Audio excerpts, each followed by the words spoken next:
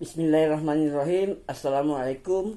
Salam merah putih, salam damai dan sejahtera, salam santun dan hormat dari kami untuk kita semua. Semoga selalu dalam lindungan dan keberkahan Tuhan Yang Maha Esa, Allah Subhanahu wa Ta'ala Azza wa Jalla. Pada kesempatan kali ini saya ingin bercerita sebuah kisah yang belum pernah dikisahkan sebelumnya selain saya ini, yang kuberi judul Indonesia Negeri Ajaib, Lucu dan Serba Kebetulan.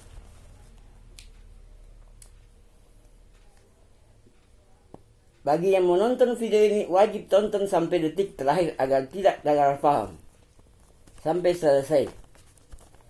Saya mulai dengan ucapan bismillah. Indonesia negeri yang ajaib. Mengapa saya mengatakan demikian? Karena fakta dan buktinya Indonesia memiliki dua keajaiban dunia sekaligus, yaitu Candi Borobudur dan Pulau Komodo, di mana Komodo adalah binatang purba yang masih hidup, masih ada sampai saat ini.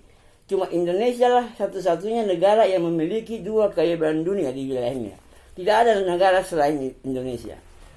Oleh karena itu berarti Indonesia ini ajaib kan? Indonesia, tanah air kita tercinta ini juga disebut negeri ibu pertiwi. Kebetulannya hanya Indonesia lah satu-satunya negara yang disebut ibu. Karena kalau di negara lain cuma disebut ibu kota saja, bukan ibu pertiwi. Menurut pendapat saya, sepengetahuan saya, terlepas dari pendapat saya ini benar atau salah ya, kita jauhkan dulu di sini prinsip benar atau salah, untuk menghindari debat perdebatan yang hanya menyia-nyiakan waktu dan buang-buang energi bagi saya. Kita saling menghargai dan menghormati kebebasan berpendapat masing-masing. Saya jelaskan sedikit. Indonesia terdiri dari dua suku kata, yaitu Indo dan Nesia atau Nusia. Yang Indo itu berarti induk atau ibu, sedangkan Nesia atau Nusia adalah manusia. Jadi Indonesia itu artinya induknya atau ibunya manusia. Dalam hal ini yang saya maksud adalah Siti Hawa, istri dari Nabi Adam alaihissalam, kakek nenek moyang kita. Simak dan perhatikan baik-baik yang seksama kejadian-kejadian yang saya ceritakan berikut ini. Bendera negara kita yaitu berwarna merah dan putih, yang diartikan oleh orang-orang terdahulu. Merah berarti berani dan putih berarti suci. Tetapi menurut saya sendiri, merah itu berarti darah. Dan darah itu darah para pejuang di masa penjajahan yang telah mengorbankan darah, harta, nyawa, dan segala-galanya demi berkibarnya sangsaka merah putih di puncak yang tertinggi di republik ini. Sedangkan putih itu berarti murni, bukan suci. Karena kalau suci itu bening tak berwarna. Maka kuartikan sendiri merah putih itu sebagai merah darah bapakku dan putih susu ibuku. Ingat baik-baik susu ibu ya. Bukan susu sapi, susu formula, susu kaleng-kaleng, susu dos. Yang diformulakan agar yang meminum susu tersebut dungu seperti sapi.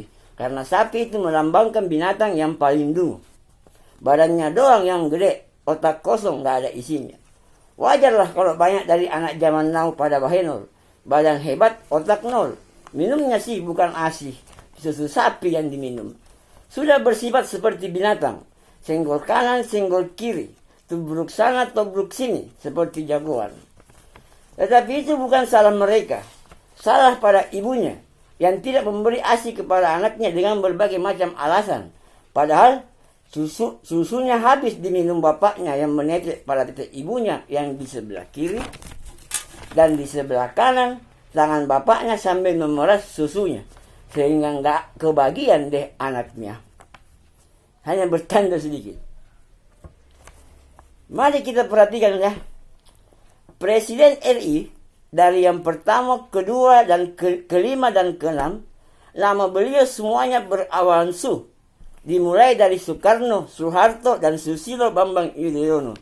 Yang kalau digabungkan awalan Su itu, maka menjadi kata susu-susu. Lucu ya, kok bisa kebetulan begini? Ingat, bukan susu murni ya, susu ibu ini. Nanti disalah artikan lagi. Kebetulannya lagi, ada dua pulau besar di Indonesia yang juga berawalan Su, yaitu Sulawesi dan Sumatera.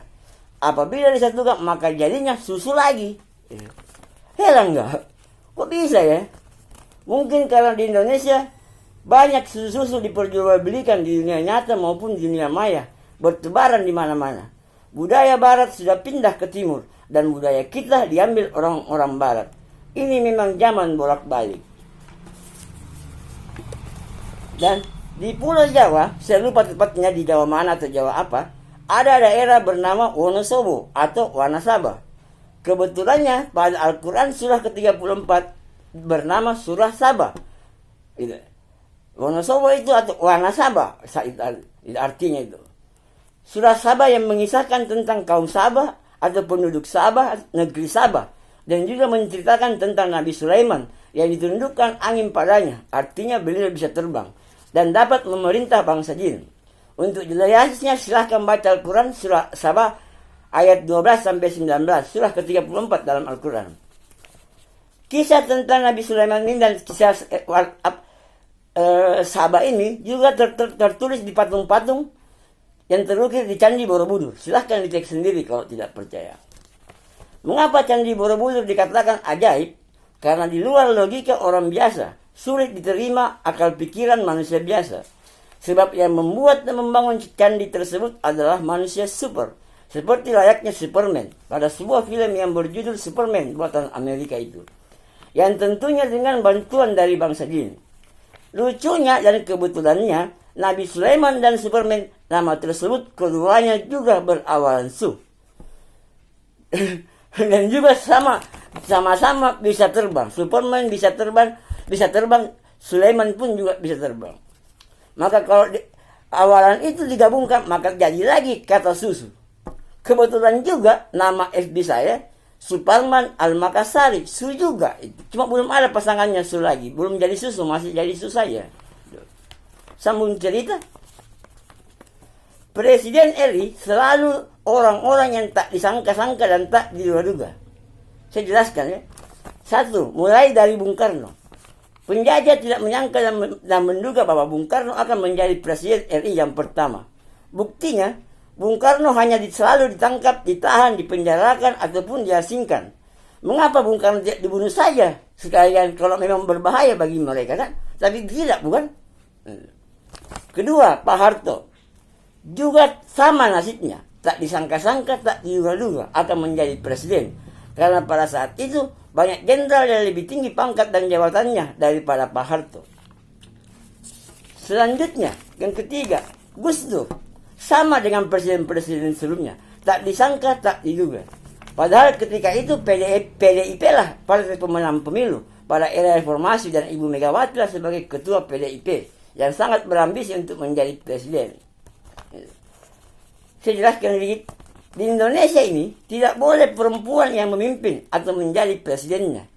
Karena para khalifah atau pemimpin itu selalu laki-laki, tidak ada perempuan. Karena derajat laki-laki lebih tinggi daripada derajat perempuan yang hanya tercipta dari sebatang tulang rusuknya laki-laki. Itulah kodratnya perempuan, selalu di bawahnya laki-laki. Tetapi zaman sudah terbalik. Zaman sekarang ini zaman bolak-balik ini. Dunia terbalik dunia zaman ini. Sekarang perempuan selalu mau di atasnya laki-laki. Seperti woman on top ya, begitulah kira-kira. Maaf. Mau nanya bagi perempuan, apakah WOJ itu enak, keenakan, atau nikmat? Sehingga mau terus di atasnya laki-laki, tidak tahu kodratmu sebagai wanita. Tetapi mulianya seorang wanita, para khalifah terlahir dari para rahimnya.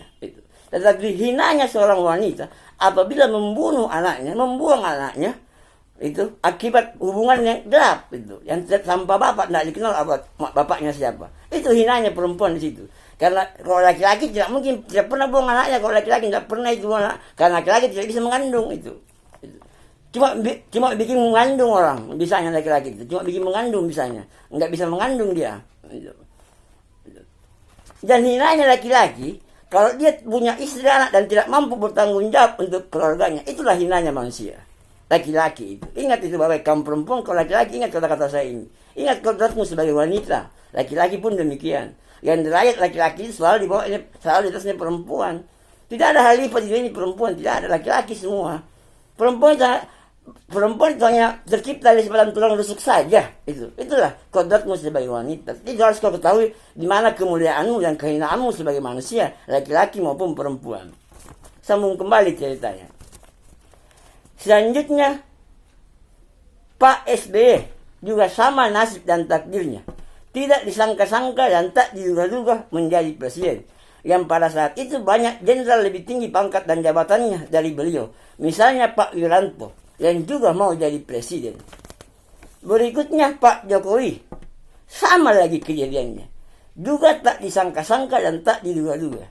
Padahal Pak Prabowo dan Megawati lah yang membawanya ke Jakarta mengusungnya maju di Pilgub DKI. Kok bisa Jokowi menang melawan Pak Prabowo di Pilpres 2014 waktu itu kalau tidak salah ingat. Ini semua serba kebetulan itu. Atau ini aneh bin ajaib atau ajaib bin aneh lah Indonesia ini.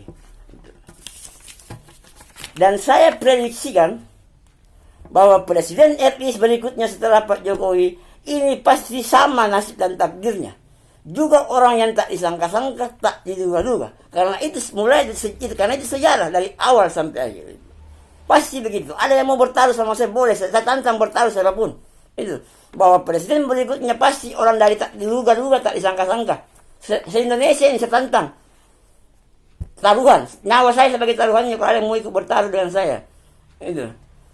Tidak mungkin orang yang sudah tidak mungkin. Tidak mungkin presiden selain dari orang yang tak disangka-sangka, tak diduga-duga. Ini sudah sejarah dari awal, mulai dari Bung Karno sampai sekarang. Itu. Dan saya katakan, tertulis di kitab Lontara Bugis dan Makassar, itu, bahwa tidak akan makmur, tidak akan sejahtera ini Indonesia sebelum orang dari Sulsel, orang Bugis Makassar yang menjadi presiden atau pemimpin di Indonesia ini. Itu saya katakan. Selama bukan dari itu, tidak akan pernah makmur, tidak akan pernah sejahtera sampai kiamat sekalipun. Itu. Dan tiga sosok yang akan memimpin Indonesia, membawa menuju kemakmuran, kesejahteraan, yaitu sosok bernama Semar, Satrio Piningit, maupun Ratu Adil. Tiga orang itu yang memimpin Indonesia baru bisa makmur Indonesia, baru bisa sejahtera. Selama bukan orang tiga itu, tidak usah omong kosong itu. Malah justru semakin bangkrut Indonesia ini. Habis harta milik negara diambil ini. Ayo saya mau bertaruh dengan saya.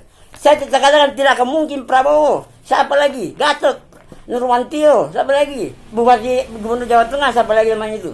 Yang putih rambutnya itu. Kalau bercita-cita jadi presiden Puan Maharani, tidak akan mungkin. Ini potong leher saya. Itu. Potong leher saya kalau mereka jadi presiden. Ingat. Jadi kalau video ini bukti. Itu. Bahwa saya pernah berkata demikian. Tidak akan pernah jadi. Itu. Saya kata. Pasti orang yang diremehkan. Orang yang dianggap enteng. Itu. Tidak diperhitungkan yang akan menjadi presiden. Lihat saja nanti kalau tidak percaya. Leher saya sebagai jaminannya. Kalau kata-kata saya ini salah. Jadi kalau video ini sebagai barang bukti. Itu. Beritahukan kepada Pak Ganjar, Prabowo, siapa lagi? Puan Maharani, siapa? Bahwa tidak akan bisa jadi presiden itu. Saya kasih tahu. Apabila kalau mereka yang jadi presiden, maka lihatlah kehancuran di negeri ini. Ini sudah sejarah dari zaman dulu. Itu. Oke, saya lanjut. Ya, kemudian, di balik kesuksesan para presiden RI, yang hampir semuanya dari tanah Jawa, atau bersuku Jawa, saya sesak nafas sedikit. Selalu ada orang-orang yang berasal dari tanah Sulsel atau bersuku Bugis Makassar di sampingnya. Saya buktikan ya. 1. Bung Karno. Ada Karno Sakar, pengawal pribadinya, yang menyelamatkan Bung Karno saat ditahan oleh penjajah di Yogyakarta dengan hanya seorang diri, bersenjatakan sebilah golok atau kalewang atau berang bahasa kami, menghabiskan begitu banyak musuh. Hebatnya itu, saktinya itu Karno Sakar itu. Maka saya katakan, bohong kalau Bung Karno mati tertembak dari sebutir peluru. Bullshit itu, tidak ada mungkin. Dia orang sakti itu. Tapi nantilah kita bahas masalah ini kalau di kesempatan lain. Kembali ke topik. Kedua, Pak Harto. Ada Jenderal M. Yusuf, sahabatnya, yang mendampingi beliau saat menghadap Bung Karno meminta super smart. Itu. Ya, kebetulan serba kebetulan ya Indonesia ini. Ketiga, Pak SBY. Ada Pak Yusuf Kalla. Kebetulan sama lagi bernama Yusuf. Dua-duanya berasal dari tanah Bugis. Itu. Kebetulan ini Yusuf satu M. Yusuf, satu M. Yusuf Kalla, satu jenderal. Itu. Keempat, Pak Jokowi. Ada Pak JK lagi wakilnya. Di Pilpres 2014 kalau tidak salah. Menang melawan Prabowo Hatta Rajasa kalau tidak salah waktu itu. Maka itulah sejarah dari Indonesia. Pasti orang tak disangka-sangka, tak diduga-duga. Saya pastikan itu, bukan saya mendahului Tuhan ya. Tidak berani saya. Itu, tidak berani saya takabur, tidak berani. Jadi ini sebuah satu prediksi dari saya. Ramalan lah seperti zaman dulu. Itu. Maka kalau tidak terjadi ramalan saya siap dipotong kepala saya. Leher saya ini. Potong leher sebagai jaminannya kalau ada yang mau bertaruh dengan saya. Bahwa tidak akan mungkin orang yang direncanakan akan jadi presiden. Tidak akan mungkin. Kalau ada yang mau bertaruh, tulis nama Anda di kolom komentar saya ya. Nyawa saya sebagai taruhannya. Itu saya berani. Itu. Masalah ini. Oke, kembali sambung cerita. Indonesia ini juga disebut Zamrud Khatulistiwa karena kesuburan tanahnya yang apabila dilihat dari atas hijau seindah permata jamrud. Saya beritahu bagi yang belum tahu bahwa Nabi Khidir diberi gelar Khidir yang artinya hijau karena mukjizat beliau apabila beliau menginjakkan telapak kakinya ke tanah, maka tanah tersebut akan subur tanah itu, tumbuh rumputan dan sejenisnya. Jadi saya intermezzo sedikit. Jadi saya teringat sebuah lagu di masa kecil saya dulu. Ini sepenggal baitnya. Maaf sebelumnya kalau suara saya tak sebagus, tak seindah Ariel Noah, karena memang saya bukan penyanyi. Saya hanyalah orang gila yang memang juga sangat gila orangnya. Begini lagunya. Orang bilang tanah kita tanah surga, tongkat kayu batu jadi tanaman. Bayangkan tongkat batu aja bisa jadi tanaman loh di sini. Bayangkan itu. Kita pikirkan bagaimana bisa kayu batu jadi tanaman itu. Sedangkan batok kelapa saja Anda tanam, lihat pasti akan tumbuh kelapanya. Saking suburnya tanah kita ini. Itu. Tapi sayangnya orang-orang Indonesia ini bobrok itu, para pejabat pemerintah itu, yang merasa dirinya bahwa dia lah pemilik negeri ini. Ingat itu. Bukan kalian, emangnya kalian pemilik negeri ini? Mentang-mentang pejabat presiden kayak kau yang punya negeri ini. Seenaknya saja. Enak saja lu. Ingat pertanggungjawabanmu kepada para leluhur, para pendahulu pendiri bangsa ini akan segera datang untuk dimintai pertanggungjawabanmu itu. Tinggal tunggu waktu saja. Tidak lama lagi. Itu. Tinggal tunggu datangnya, sampainya. Semar, Satrio Peningit, Sang Ratu aja tinggal tunggu sampai di Indonesia. Mereka lari keliling dunia itu. Pergi berperang mereka. Nggak lama lagi dia pulang ke sini. Kalau dia sudah pulang maka siap-siaplah. Hari pertanggungjawaban akan segera diminta. Itu. Kembali lagi. Ada sebuah lagu lagi yang kuingat. Yaitu nenek moyangku seorang pelaut. Di mana yang terkenal handalnya, kehebatannya di samudra, yaitu para pelaut Bugis Makassar yang mengarungi dunia, mengarungi samudra keliling dunia dengan hanya menggunakan perahu layar. Makanya orang luar negeri itu takut, ngeri melihat orang-orang Bugis Makassar kalau di lautan. Memang jago dia. Itu. Orang itu memang pelaut handal, diakui kehandalannya, kehebatannya pelaut Bugis Makassar itu. Berdasarkan ini semua, saya menyimpulkan bahwa Nabi Adam, Hawa, Nabi Sulaiman dan Nabi Khidir pernah menginjakkan kakinya di sini, atau memang berasal dari tanah Nusantara kita ini, tanah air tercinta. Saya punya bukti sedikit. Ini foto dari Nabi Khidir alaihissalam, yang foto ini hanya ada di Indonesia. Lihat baik-baik. Ini tongkat Nabi Musa yang dipegangnya. Ini. Nabi Khidir itu nabinya air. Ini tongkat beliau, tongkat Nabi Musa ini. Yang pada saat membelah lautan, saat dikejar dengan prajurit Firaun, maka terbelahlah lautan. Tongkat ini pun ikut hilang, kembali ke tangan Nabi Khidir alaihissalam. Ini kalau tidak percaya. Foto ini cuma ada di Sulawesi Selatan, tidak ada di negara lain. Mungkin cuma ada di Indonesia. Bahkan di Google pun tidak ada foto ini. Percaya tidak? Ini Nabi Khidir alaihissalam. Memang tempatnya dia di sini. Makanya Indonesia disebut Zamrud Khatulistiwa karena beliau memang tinggal di sini, menetap di sini. Ini kalau tidak percaya. Tidak lupa saya perlihatkan tanda mata, cendera bukti, pin-pin saya yang kumiliki, yang dibuat dari Cincin dibuat cincin batu permata agar sulit ditirukan, dipalsukan, dan disamakan. Maaf ya. Ini merah putih melambangkan bendera kita, merah dan putih. Ini dari darah yang membatu, sedangkan ini dari tanduk kucing. Ini dari pejuang 45 ini, percayakan di tangan saya. Ini simbol tanah air, tanah dan air, melambangkan angka 66669999. Ini simbolnya. Mudah-mudahan terlihat. Ini simbolnya, tanah air. Ini merah dan biru, perlambang kesejahteraan, kemakmuran. Simbolnya rahasia yang tersirat di sini melambangkan 170845 hari kemerdekaan Indonesia. Ini perlambang kemakmuran dan kesejahteraan. Dan ini tiga